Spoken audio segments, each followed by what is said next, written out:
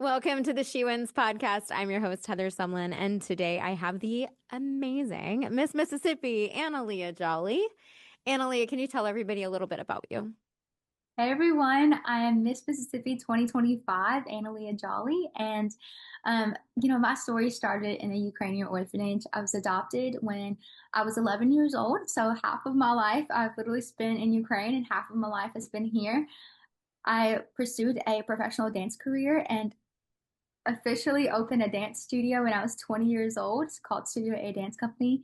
And then I started competing in pageants just last year, really. I've done a few other ones throughout, but just fell in love with the Miss America organization last year. And now wear a wonderful title across my chest. And I would never, just give it up for anything. It's just been an incredible journey. Okay, so let's go back. Ukrainian orphanage. I'm sure that's a little bit different from what anybody who's listening might even be able to imagine. So, is there any part of that story that you can kind of open up about to give us an idea of what that transition might have been like for you? Yeah, I mean, the first, I guess like going back as far as I can remember when I was about 5 years old, my biological mom just dropped me off at the gates of an orphanage. Didn't even walk me in. I remember sitting on the bench outside of the gates, and I think one of the ladies that worked at the orphanage like found me. Here, in here we have like a, a system where we have like a foster care system. There, we don't really have that, and I would say it was more of like a or like what you would think of an orphanage, but it's a foster care system kind of because the parent can actually come take you out. They still have parental rights, but you stay in this like basically like boarding school or this orphanage that anyway until their rights are taken away. So then you're transitioned into like a forever, like you're officially an orphan. When you're in like this place, somebody can like adopt you, but as long as they're in America, and then once you're like official and orphan, then you can come to like, the United States or anywhere else. And I just remember just being so confused and just so like what just happened, crying a lot when I was little. And then I remember my mom like picking me up randomly, like from school. I was like, because we had school there, and she like randomly picked me up and be like, "Okay, we're going home now." And was so confused, like, "What? Like, you just dropped me off for like a year, and I haven't heard from you, and now you're just like coming back and just like picking me up. Like, what is happening?"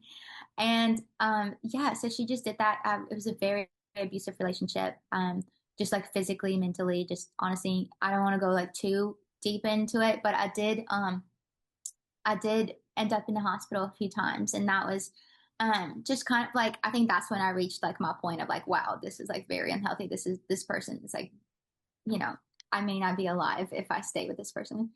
And I just remember when I was about 11 years old, I'll never forget hearing like, hey, you're going to America with like these other, kids that are orphans and kind of in hopes to get adopted, but you can't be adopted because your mom still has her parental rights. So the girl that was supposed to go instead of me, she got sick, so I got taken, but I wasn't supposed to go. Once I heard those words, anything that would like shouldn't happen happened. Just like I wasn't supposed to be like coming with that group. But the girl that got sick, I took her place. And then my parents, like they weren't even thinking about adoption until they met me and they were like, wait, like I think we should start this process. After I was here for a few months with this group, I was the only one that couldn't be internationally adopted. Like my mom still had parental rights. So it wasn't until I got back to the States.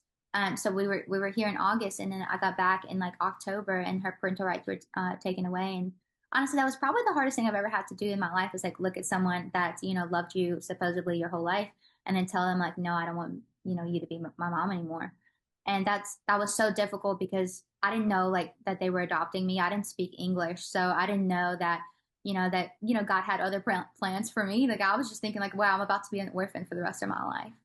And just a few months later, I found out that they've already been working, like my parents have already been working on paperwork. And, by the time I landed in America, it was May. So they met me in August. So it was like 9 months, like having a baby. So it's literally like just such a story of it, like a miracle story that I can like look back over my life and be like, wow, this is so like unlikely to happen. And yet here I am. I know one of the things that you talk about a lot because your platform, or what they call it in the Miss America organization, is a service initiative, basically. So, Tell us a little bit about what you're doing, what you're advocating for in regards to adoption and foster care. So my community service initiative is called Limitless. And as someone who was adopted and also seeing like the side of like the orphanage slash foster care side of it, I just know like what the children are going through. So I want to like step into that for Mississippi and then eventually, obviously, as Miss America, hopefully for like our country. One of the biggest issues I'm seeing right now is kids that are getting adopted are not staying adopted necessarily. It's not this like forever, happy ever after kind of story. And we're thinking that it is, but a lot of parents are sharing now that like, hey, actually we had some problems and it's like these kids are going through so much trauma. Like I went through so much trauma, so much abuse, so much uncertainty. I know how they feel. And it's like what they need is to open up. And so I'm partnering with CASA, which stands for Court Appointed Special Advocate. And they're just the GAL. They just represent the children of, Mississippi. And obviously it's a national platform as well. So they are all over the states. And I love what they're doing. They are speaking for the child. They're making sure that the child is not being abused in the foster care home. That they're, because I mean, sometimes like people don't check up on these kids and a lot can be happening. So I'm partnering with them. I released a little children's book that is going into their court bags to kind of help, I guess, the children that are going through so much trauma and so much uncertainty in their life. How do they share feelings? To kind of help them to share feelings. It's called Theodore, the Little Bear with Big Feelings, and it's actually within Barnes and Noble online, and it just introduces this book, actually the emotion wheel, and how you can use the emotion wheel to like not only share your feelings but share like your past traumas and kind of help the parents connect to you more and kind of help them understand like why you're feeling the way you're feeling because there's just so much like insecurity when it comes to being even adopted or coming into a home with parents that you don't know. And then for the parents, I have a limitlesspowertoconnect.com website where they can learn about the emotion wheel, learn about my story, and really learn that it's so important for them to connect with their child. They're coming into it with so much baggage. They have been through, especially the older ones that have been through so much, they don't know how to deal with it.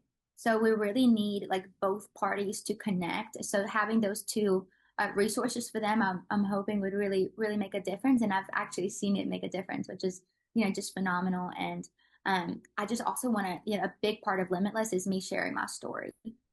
It's so unlikely that a girl from Ukraine 12 years ago would be standing on the Miss America stage in 4 weeks. It's so unlikely that that would happen, but it is so possible. And it's like we all have this big calling on our life. And I just want to encourage and bring that out of people, especially out of children that just kind of feel like they don't have much hope today. So, what was a defining moment for you? Have you already shared it within your story, or is there something else that was really kind of eye-opening? I think for me, it was hearing you're going to America. From that point, everything about my life changed. I mean, I came to a brand new country, not speaking a word of English, having to start dance because I literally didn't speak English. So it was the only way I can learn something, do something with my life that didn't require speaking English. And then I actually learned it pretty fast. I actually learned it within about a year. So honestly, it was just kind of like an outlet for me to have like somewhere, some way to express myself. And then I never thought that not only would I, go professionally with ballet, but I would also have it as like my career with opening a dance studio. Like everything just lined up perfectly for my life. But I had so many choices that I had to make. I mean, being, on the Miss America stage didn't come without making sacrifices. And I always say to kind of to live like no one else, you have to make choices that no one else would make. And I think like for me, I've learned that just like I guess survival skills from Ukraine. Like I had this like fight or flight, but I'm gonna like walk through it kind of moment. And like I will say I've carried out that mentality with me a little bit. But I would say the biggest defining like turnaround point for my life, or like this like I think it's all mental, like this big mental shift was when I was adopted. Even though I had everything now, like not everything. I mean, my parents aren't like rich or anything, but they gave me everything they possibly could, and they welcomed me with like open hands. I still had this like orphan mentality kind of like feeling that I wasn't enough, or like there's nothing good can come from me because I'm a nobody. Like that's how in Ukraine, that's how they kind of view orphans a little bit. Like they kind of see, they kind of see them as like the lowest of the lows, and they don't really have a plan to like really help them unless it's adoption route. And I just remember still kind of feeling like I don't have anything to offer to the world. And then so I was kind of stuck in, like, I was still speaking Russian a lot, and I was keeping up with like all my friends that were adopted that were living in Mississippi. There were like about 14 of them. I was keeping up with them and just always speaking Russian. And I just remember seeing them keeping up with everything that was going on in Ukraine. And they weren't really moving on. They weren't settling in with their families. They were still living there mentally. Like they were physically here, but mentally somewhere else. And it wasn't until I forgave my whole past, like until I put Ukraine to the side and I forgave like my mom, forgave like everyone who done me wrong, and like just my whole situation. And I was focused on, okay, what can I have to offer to the table now? What can I learn? And then like what can I give? And that everyone has that. And it's just for me, it was in order to find it, I had to push that aside, my whole other life to the side, to be able to live in the now, to be present, to have something to strive for and to have something to give. Because I think my past, like my childhood, was just taking so much of me that I had to, in order to give something, I had to just move on. And that was like, I think, the biggest mental shift for me. How old were you? Do you remember? I was 12 years old. You know, I was Is that 12 and I just, made that mental shift at 12? yeah, I remember. So, I think like the defining moment for it was, I just went to a birthday party to this girl. She was a little bit older than me, and she was from Ukraine. And I remember she invited like all the friends that spoke, Russian, and like, I mean, we had about 14 of us, and we were living very close together. And I just remember like speaking in that language still, and then I was just kind of like, wait, y'all are so like, what are y'all doing now? I was doing ballet, and like they just weren't doing anything. Like they were just very stuck in like keeping up with everything, and they didn't speak good English. Like they weren't learning the language, which I think was really, I was like, wait, how do you not know how to, it's been a year. Like, how do you not know how to speak English? I think at that point I was almost 13.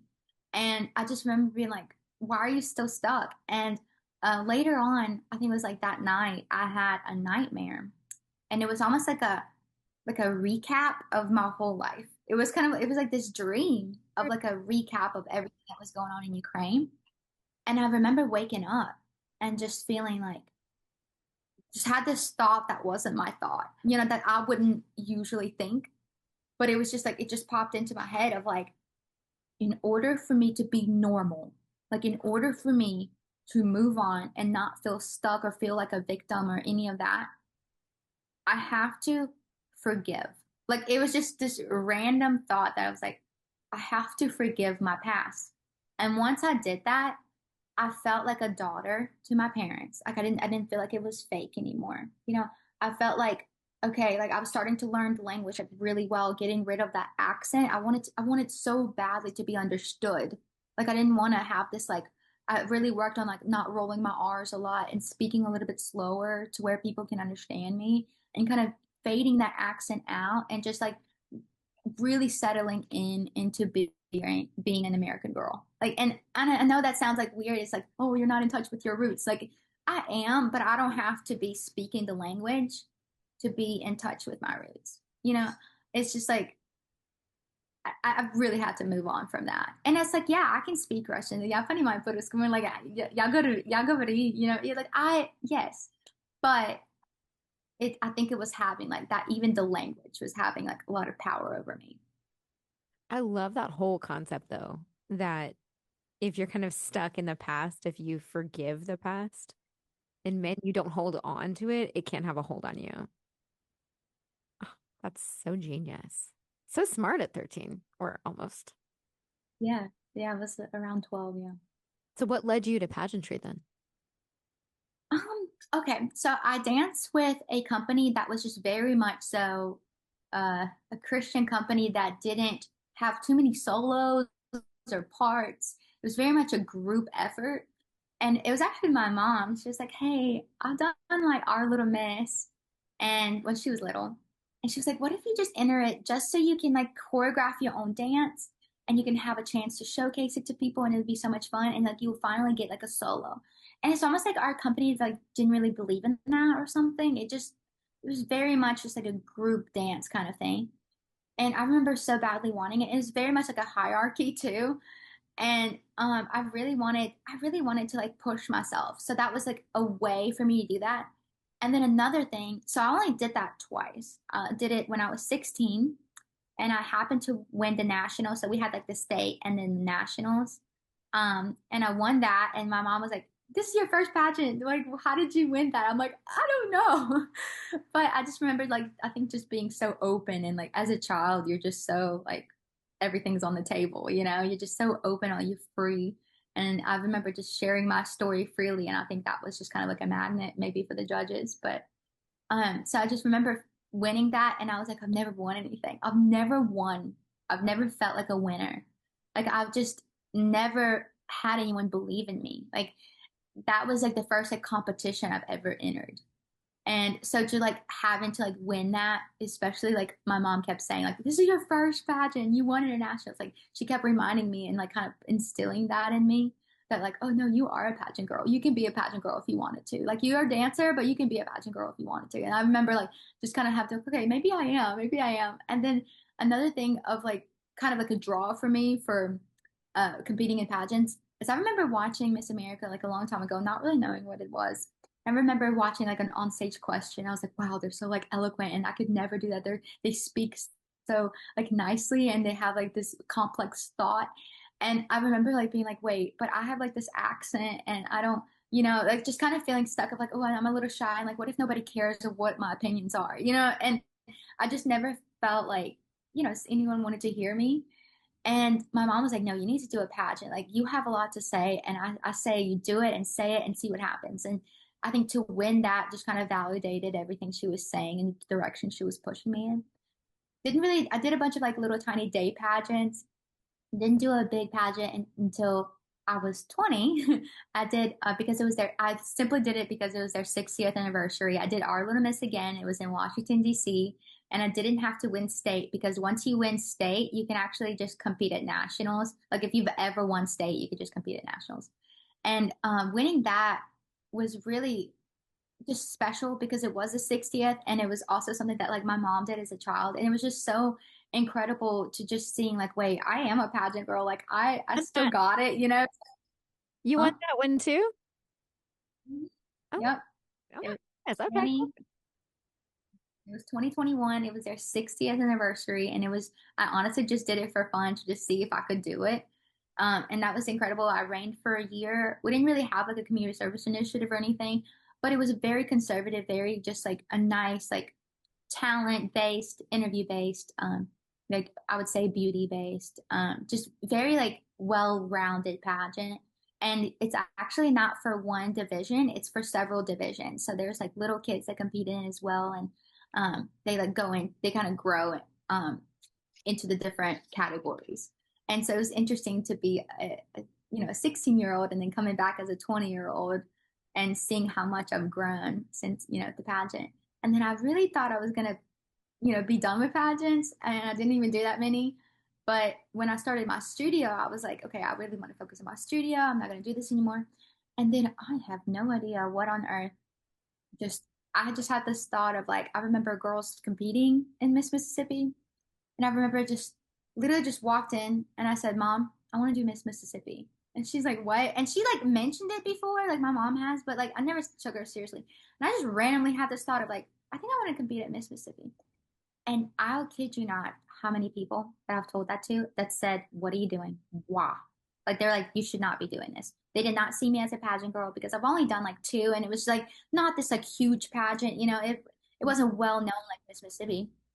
And they just like did not believe in me. There were so many people that were like, just go to college. Like, why are you not in college? And I'm like, well, I'm starting a dance studio like at 20 years old, you know? And I was trying to, I feel like I had to like prove something to everyone. Like, well, I'm doing something that no one else does at 20. You know, I started a dance studio, like, you know, it's so interesting how, you know, people just have this like one way of success. And for me, success just didn't look like straight going into college. Like I really knew what I wanted and I went and did it, you know, and I didn't need like college necessarily to execute it. And then after, of course, getting Miss Mississippi, I got a free ride to Belhaven University, which is such a miracle and such a blessing on my family because Belhaven is expensive. It's like 140,000 to even go like for 4 years. And then now they're offering a free master's to anyone that goes for 4 years, which is incredible. And I just remember, and you know, after I won and I found out that, you know, Belhaven's offering me a free ride, I was like, I knew that waiting for college was the right thing because I didn't know what I wanted to do when I was 12. I knew, but I didn't know like in college what I wanted to do. And I don't think if I went to college right away, I would be a dance owner, a studio owner. Like I don't think I would have done that because I would have been like, well, you know, I got this other degree, you know, but with the arts, like with, you know, Belhaven being so centered in dance and so centered in business. And like, I really was like, okay, I can add on to my skills. I can learn more. And I actually started going into Belhaven before I competed for Miss Mississippi. And I asked them, I was like, hey, for the next girl that wins Miss Mississippi, would y'all give her a free ride? And they were like, we don't know about a free ride, but we might give a bigger, you know, scholarship. And then after I won, they were like, okay, this is the first girl that has ever won Miss Mississippi from our college. We're going to give her a free ride. So Love. that was incredible. So you were able to bring on that scholarship to the organization, which is a big deal. For every girl after me as well that wants to go there. So I ask everyone this one question. How do you define winning? Okay. I think everyone has a purpose for their life, right? Like we all have something that we have talents. We all have something we can give. And for me, success is dying empty. And what I mean by like die empty is you have so much to give. You have this calling on your life. Not only don't just execute your calling. It's something that like I think when we're thinking about like winning, it's like, oh, you reach that top and you stop. But I think like when it comes to your calling for your life, that's something you're constantly achieving. It's something you're constantly growing in, you're adding on, you're multiplying it. And with dying empty, it means that you left all your cards on the table, no matter which cards you were dealt with. And you left it all on the table, you gave it all that you had. Like with my community service initiative, what are the odds that a girl from a Ukrainian orphanage later would influence the foster care system in Mississippi or in America if she was to become Miss America? Like, what are the odds that a girl would actually pick that to influence the nation on adoption in our foster care system as someone who has like was traumatized by that experience? You know, for me to pick that back up is, you know, I just really felt like that was my calling. And for me to execute it and leave it just all on the table, I really think that that's success. And that's not something that you'll ever achieve like, okay, yeah, now I made it. You know, no, it's something that you'll always keep growing in. But I think as long as you always keep going and always keep adding on, I think that's success. That's like a successful life. You know, it's not a success. It's like you're succeeding in life. And then I think like I guess advice towards that would be your reward is on the other side of obedience. So being obedient towards your calling, like, because once you know what it is, it's easy to be like, okay, but I don't know how to start or I don't know what to do. Just go do the next right thing and then keep being obedient and you're not going to see results just like that. But with sacrifice, with obedience, with just walking through it, you're going to see a reward on the other side of your obedience towards that calling. And I think so many people get stuck of like, oh, but I'm not seeing it. I don't know where this is going. Like, what do you know, like, what am I doing? Like, I don't see. And it's like to the public, me starting a dance studio, people are like, what are you doing? Like, you're so young. Like, this is not going to work out. And I just finished my third year with my girl. I'm starting my fourth year with the studio. Like, so many people will doubt you. And like, same with, so if you like put your success in manly, worldly achievement, like of something that can be calculated and something that's tangible, it's always going to fade. It's always going to be questioned. It's always going to, you know what I mean? Like, but if you put it in like giving, giving your talents, just giving your wisdom that you learn, or, you know, giving of yourself to others, I think that will always be success to me. Like, I don't see any other like way, because otherwise it's just going to be like, okay, but like, let's say the Olympics, right? That's just so rare for a person to win Miss America or win the Olympics. That's so rare, but people have done it. But not everyone has left it all on the table, and not everyone has finished and achieved their purpose in life. And I think in order to do that, then that's rare. That's truly rare. I like the concept of dying empty. I like that concept because on one hand, I was thinking when you said it the first time, I was like, yeah, like dying without, you know, heart or whatever. And then you're like, no, like pouring everything out to where you have nothing. You gave everything. You went home to your creator with nothing because you gave it all. Ah, that whole concept is really, really cool to me. So I love it. Okay, so how do people follow you? People who are mesmerized by you, want to get to know you, want to follow you. How do they do it?